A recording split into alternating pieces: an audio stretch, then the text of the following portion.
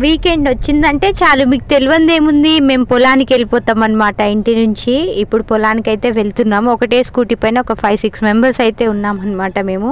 అది కూడా దేనికి అనుకుంటున్నారు, మా బుడ్డోడు జామకాయ అడిగినందుకు ఇంతమంది యుద్ధానికి వెళ్తున్నాం అనమాట. వాడు తినడానికి ఒక జామకాయ అయితే తీసుకొని వచ్చారనమాట. అది వాడికి సరిపోలేదు, ఇంకా అడిగేసరికి వాడు అడుగుతున్నాడని చెప్పేసి మళ్ళీ పొలానికి అయితే తీసుకొచ్చేసాము. చెట్ల పైన ఉంటాయి కదా, తెంపుకొద్దామని చెప్పేసి. మా పొలంలో అయితే 2 టైప్స్ ఆఫ్ జామకాయలు అయితే ఉంటాయన్నమాట. ఇప్పుడు ప్రజెంట్ అయితే పింక్ కలర్ జామకాయలు లేవు, సో వైట్ కలర్ జామకాయలు తెంపడానికి అయితే వెళ్తున్నాము. చెట్టు ఎక్కే వాళ్ళు ఉండాలే కానీ పైన జామకాయలు చాలా ఉంటాయి అన్నమాట. ఈ బయట తినేటివి కన్నా ఇంటికి వెళ్ళినప్పుడు ఇలాంటివి తినడమే బెటర్. ఏవి ఎలా పండిస్తున్నారో తెలియదు అసలు. మా వాడు స్టార్టింగ్ లో అయితే అసలు పొలంలో కాలే పెట్టేవాడు కాదు. ఇప్పుడు ఎక్కడ కూర్చోబెడితే అక్కడ కూర్చుంటున్నాడు. జామకాయలు కోస్తున్నాం కదా మెయిన్లీ వాడి కోసమే. మేము విలేజ్కి వెళ్ళినప్పుడల్లా కొన్ని తెంపుకొని అయితే వస్తాము జామకాయలు.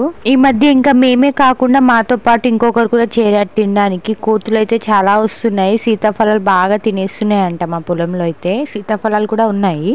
ఒక్కోటి చిన్నగా ఉన్నా పండుగా ఉంటాయి, టేస్ట్ బాగుంటుంది. అదేంటో మరి ఒక్కొక్కసారి ఇంత పెద్దగా ఉన్నా కూడా టేస్ట్ అసలు బాగుండదు.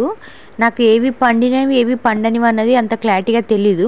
అంటే పైన కనిపిస్తుంది కానీ కొన్నిటికి కనిపించదు అనమాట. ఏదో పైన జస్ట్ చూసి గుర్తుపడతారు ఇది బాగుంటుంది అని చెప్పేసి.